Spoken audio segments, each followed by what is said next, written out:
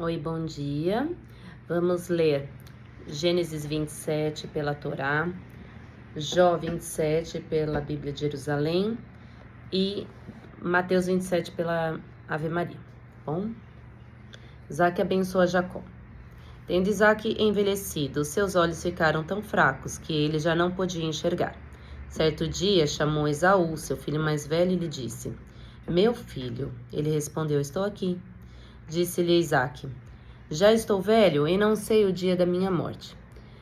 Pegue agora suas armas, o arco e a aljava, e vá ao campo caçar alguma coisa para mim. Prepare-me aquela comida saborosa que tanto aprecio e traga-me para que eu possa comer. Eu abençoe antes de morrer. Ora, Rebeca estava ouvindo o que Isaac dizia a seu filho Esaú, quando Esaú saiu ao campo para caçar. Rebeca disse a seu filho Jacó: Ouvi seu pai dizer a seu irmão Esaú: Traga-me alguma caça e prepare-me aquela comida saborosa para que eu coma e abençoe na presença do Senhor antes de morrer. Agora, meu filho, ouça bem e faça o que eu ordeno. Vá ao rebanho. Traga-me 2 cabritos escolhidos para que eu prepare uma comida saborosa para seu pai, como ele aprecia. Leve-a então a seu pai para que ele coma e abençoe antes de morrer. Disse Jacó a Rebeca, sua mãe: Mas o meu irmão Esaú é homem peludo e eu tenho pele lisa. E se meu pai me palpar? Vai parecer que estou tentando enganá-lo, fazendo de tolo, e em vez de a bênção trarei sobre mim maldição. E disse-lhe sua mãe: Caia sobre mim a maldição, meu filho. Faça apenas o que eu digo. Vá e traga-os para mim. Então ele foi, apanhou-os e trouxe a sua mãe, e preparou uma comida saborosa como seu pai apreciava.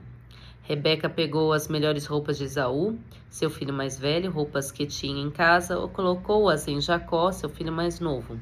Depois cobriu-lhes as mãos e a pele lisa do pescoço com os pelos do cabrito. E por fim entregou a Jacó a refeição saborosa e o pão que tinha feito. Ele se dirigiu ao pai e disse: Meu pai? Respondeu ele: Sim, meu filho, quem é você? Jacó disse a seu pai: Sou Esaú, seu filho mais velho. E fiz como o Senhor me disse, agora sente-se e coma do que cacei para que me abençoe. Isaac perguntou ao filho: Como encontrou a caça tão depressa, meu filho? Ele respondeu: O Senhor, seu Deus, colocou no meu caminho. Então Isaac disse a Jacó: Chegue mais perto, meu filho, para que eu possa palpá-lo e saber se você é realmente meu filho Esaú. Jacó aproximou-se do seu pai Isaque, que o apalpou e disse: A voz é de Jacó, mas os braços são de Esaú. Não o reconheceu, pois seus braços estavam peludos como os de Esaú, seu irmão, e o abençoou. Isaque perguntou-lhe outra vez: Você é mesmo meu filho Esaú? E ele respondeu: Sou. Então lhe disse: Meu filho, traga-me da sua caça para que eu coma e abençoe. Jacó a trouxe e seu pai comeu. Também trouxe vinho e ele bebeu. Então seu pai Isaque lhe disse: Venha cá, meu filho, dá-me um beijo. Ele se aproximou e o beijou. Quando sentiu o cheiro de suas roupas, Isaque o abençoou, dizendo: o cheiro de meu filho é como o cheiro de um campo, que o Senhor abençoou. Que Deus lhe conceda do céu o orvalho e da terra a riqueza, com muito cereal e muito vinho. Que as nações o sirvam e os povos se curvem diante de você. Seja senhor dos seus irmãos e curvem-se diante de você os filhos da sua mãe. Malditos sejam os que o amaldiçoarem e benditos sejam os que o abençoarem. Quando Isaque acabou de abençoar Jacó, mal tendo ele saído da presença do pai, seu irmão Esaú chegou da sua caçada. Ele também preparou uma comida saborosa e trouxe a seu pai. Ele disse: Meu pai, levante-se e coma da minha caça para que o Senhor me dê a sua bênção. Perguntou-lhe seu pai Isaque: Quem é você? Ele respondeu: Sou Esaú, seu filho mais velho. Profundamente abalado, Isaque começou a tremer muito e disse: Quem então apanhou a caça e trouxe para mim? Acabei de comê-la e antes de você entrar, ele abençoei, e abençoado ele será. Quando Esaú ouviu as palavras de seu pai, deu um forte grito e, cheio de amargura, implorou a seu pai: Abençoe também a mim, meu pai. Mas ele respondeu: Seu irmão chegou astutamente e recebeu a bênção para que pertencia a você. E disse Esaú: Não é com razão que seu nome é Jacó? Já é a segunda vez que ele me engana. Primeiro tomou o meu direito de filho mais velho e agora recebeu a minha bênção. Então perguntou ao pai: O Senhor não reservou nenhuma bênção para mim? Isaque respondeu a Esaú: Eu a constituí senhor sobre você, e todos os seus parentes tornei servos dele, e ele supri de cereal e de vinho. Que é que eu poderia fazer por você, meu filho?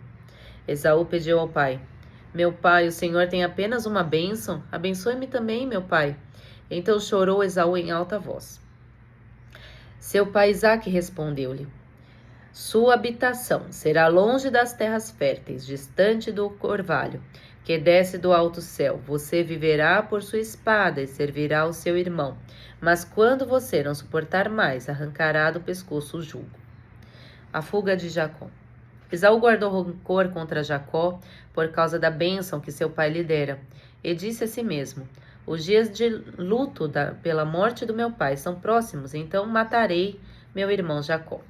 Quando contaram a Rebeca o que seu filho Esaú disse, Esaú está se consolando com a ideia de matá-lo. Ela mandou chamar Jacó, seu filho mais velho, e disse: Esaú está se consolando com a ideia de matá-lo.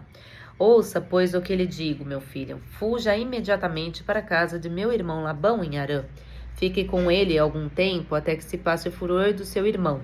Quando seu irmão não estiver mais irado contra ti e você esquecer o que você lhe fez, mandarei buscá-lo, porque perderei eu vocês dois num só dia.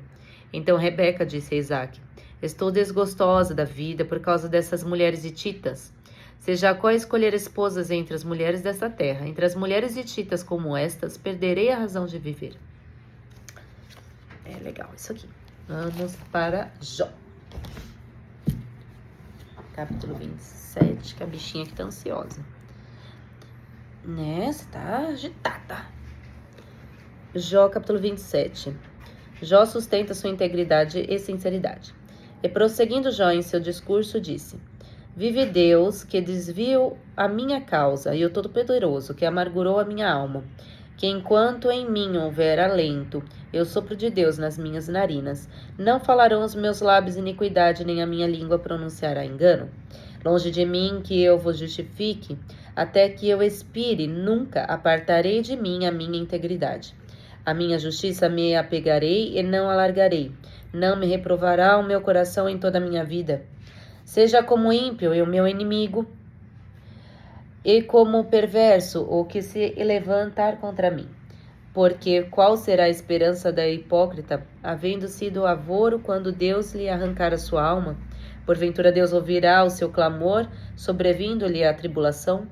Deleitar-se-á o Todo-Poderoso ou invocará a Deus em todo o tempo? Ensinar-vos-eis acerca da mão de Deus, e não vos encobrirei o que está com Todo-Poderoso. Eis que todos vós já ouvistes, porque, pois, vos desvaneceis na vossa vaidade. Esta, pois, é a porção do homem ímpio da parte de Deus, e a herança que os tiranos receberão do Todo-Poderoso. Se os seus filhos se multiplicarem, será para a espada, e a sua prole não se fartará de pão. Os que ficarem dele na morte serão enterrados, e as suas viúvas não chorarão. Se amontoar prata como pó, e aparelhar roupas como lodo, ele se aparelhará. Porém, o justo se vestirá e o inocente repartirá a prata. Edificará sua casa como a traça e como o guarda que faz a cabana. Rico se deita e não será recolhido. Abre seus olhos e nada terá. Pavores se apoderam dele como águas, de noite arrebata a tempestade. O vento oriental leva-o e ele se vai, e varre-o com ímpeto do seu lugar. E Deus lançará isto sobre ele, e não lhe poupará. Irá fugindo da sua mão. Cada um baterá palmas contra ele e assobiará, tirando-o do seu lugar. Agora Mateus 27. Conduzido a Pilatos. Chegando a manhã, todos os príncipes dos sacerdotes e os anciãos do povo reuniram-se em conselho para entregar a Jesus à morte. Ligaram-no e o levantaram ao governador Pilatos. Judas, o traidor, vendo-o então condenado, tomado de remorsos, foi devolver aos príncipes sacerdotes e aos anciãos as 30 moedas de prata, dizendo-lhes: pequei, entregando o sangue de um justo. Responderam-lhe: que nos importa? Isto é lá contigo. Ele jogou então no templo as moedas de prata, saiu e foi enforcar-se. Os príncipes sacerdotes tomaram o dinheiro e disseram: não é permitido lançá-lo no tesouro sagrado, porque se trata de preço de sangue. Depois de haverem deliberado, compraram com aquela soma o campo de oleiro para que ali se fizesse um cemitério de estrangeiros. Essa é a razão porque aquele terreno é chamado ainda hoje Campo de Sangue. Assim se cumpriu a profecia do profeta Jeremias. Eles receberam 30 moedas de prata, preço daquele cujo valor foi estimado pelos filhos de Israel, e deram-no pelo campo do oleiro, como o Senhor me havia prescrito. Jesus diante de Pilatos. Jesus compareceu diante do governador, que interrogou: eis o rei dos judeus? Tu o dizes, respondeu-lhe Jesus. Ele, porém, nada respondia às acusações dos príncipes dos sacerdotes e dos anciãos. Perguntou-lhes Pilatos: não ouves todos os testemunhos que levantam contra ti? Mas, para a grande admiração do governador, não quis responder a nenhuma acusação. Era costume que o governador soltasse um preso a pedido do povo em cada festa de Páscoa. Ora, havia naquela ocasião um prisioneiro famoso chamado Barrabás. Pilatos dirigiu-se ao povo reunido: qual quereis que eu solte? Barrabás ou Jesus, que se chama Cristo? Ele sabia que tinham entregue Jesus por inveja. Enquanto estava sentado no tribunal, sua mulher lhe mandou dizer: nada faças a esses justos. Fui hoje atormentada por um sonho que me lhe diz respeito.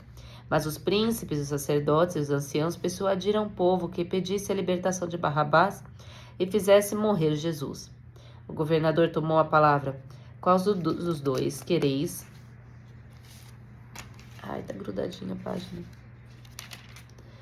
Eu vos solte. Responderam: Barrabás. Pilatos perguntou: que fareis então de Jesus, que é chamado Cristo? Todos responderam: seja crucificado. O governador tornou a perguntar: mas que mal ele fez? E gritavam ainda mais forte: seja crucificado. Pilatos viu que nada adiantava, mas que, ao contrário, o tumulto crescia. Fez com que lhe trouxessem água, lavou as mãos diante do povo e disse: sou inocente do sangue deste homem, isto é lá convosco.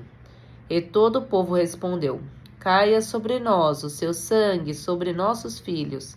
Libertou então Barrabás, mandou açoitar Jesus, ele o entregou para ser crucificado. Cena de ultrajes. Os soldados do governador conduziram Jesus para o pretório e rondaram-no com todo o pelotão. Arrancaram-lhe as vestes e colocaram-lhe um manto escarlate. Depois trançaram uma coroa de espinhos, meteram-lhe na cabeça e puseram-lhe na mão uma vara. Dobrando os joelhos, diante dele diziam com escárnio: salve, rei dos judeus! Cuspiam-lhe no rosto e, tomando da vara, davam-lhes golpes na cabeça. Depois de escarnecerem dele, tiraram-lhe o manto e entregaram-lhe as vestes. Em seguida, levaram-no para a crucificação. O caminho da cruz e a morte de Cristo. Saindo, encontraram um homem de Cirene chamado Simão, a quem obrigaram a levar a cruz de Jesus. Chegaram ao lugar chamado Gólgota, isto é, lugar do crânio.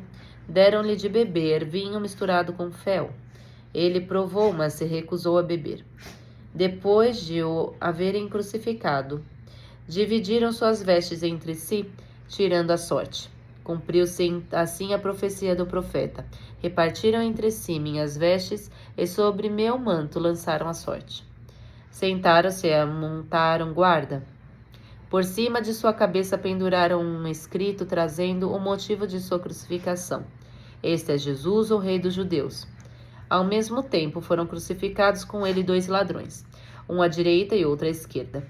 Os que passavam o injuriavam, sacudiam a cabeça e diziam: tu que destróis o templo e reconstróis em 3 dias, salva-te a ti mesmo. Se és o Filho de Deus, desce da cruz. Os príncipes dos sacerdotes, os escribas e os anciãos também zombavam dele. Ele salvou a outros e não pode salvar-se a si mesmo? Se é rei de Israel, desça agora da cruz e creremos nele. Confiou em Deus, Deus o livre agora. Se o ama agora, ele disse, eu sou filho de Deus. E os ladrões crucificados com ele também o ultrajavam. Desde a hora sexta até a nona, cobriu-se toda a terra de trevas. Próximo da hora nona, Jesus clamou com voz forte, Eli, Eli, lama sabachthani, o que quer dizer, meu Deus, por que me abandonastes? A estas palavras, alguns dos que lá estavam diziam, ele chama por Elias. Imediatamente um deles tomou uma esponja, embebeu-a em vinagre e apresentou-lhe na ponta de uma vara para que bebesse. Os outros diziam, deixa, vejamos se Elias virá socorrê-lo. Jesus de novo lançou um grande brado e entregou a alma. E eis que o véu do templo se rasgou em duas partes de alto a baixo. A terra tremeu, fenderam-se as rochas. Os sepulcros se abriram e os corpos de muitos justos ressuscitaram. Saindo de suas sepulturas, entraram na cidade santa depois da ressurreição de Jesus e apareceram a muitas pessoas. O centurião e seus homens que montavam guarda a Jesus diante do estremecimento da terra e de tudo o que se passava, disseram entre si, possuídos de grande temor. Verdadeiramente este homem era filho de Deus. Havia ali também algumas mulheres que de longe olhavam, tinham seguido Jesus desde a Galileia para o servir. Entre elas se chamavam Maria Madalena e Maria, mãe de Tiago e José, e a mãe dos filhos de Zebedeu. Sepultura. À tardinha, um filho rico de Arimateia, chamado José, que era também discípulo de Jesus, foi procurar Pilatos e pediu-lhe o corpo de Jesus. Pilatos cedeu-o. José tomou o corpo, envolveu-o num lençol branco e depositou-o num sepulcro novo, que tinha mandado talhar para si na rocha. Depois rolou uma grande pedra à entrada do sepulcro e foi-se embora. Maria Madalena e a outra Maria ficaram lá sentadas defronte do túmulo. No dia seguinte, isto é, o dia seguinte ao da preparação, os príncipes, os sacerdotes e os fariseus dirigiram-se todos juntos à casa de Pilatos e disseram-lhe, Senhor, nós nos lembramos de que aquele impostor disse, enquanto vivia, depois de 3 dias ressuscitarei. Ordena, pois, que seu sepulcro seja guardado até o 3º dia. Os seus discípulos poderiam vir roubar o corpo e dizer ao povo, ressuscitou dos mortos. Esta última impostura seria pior que a primeira.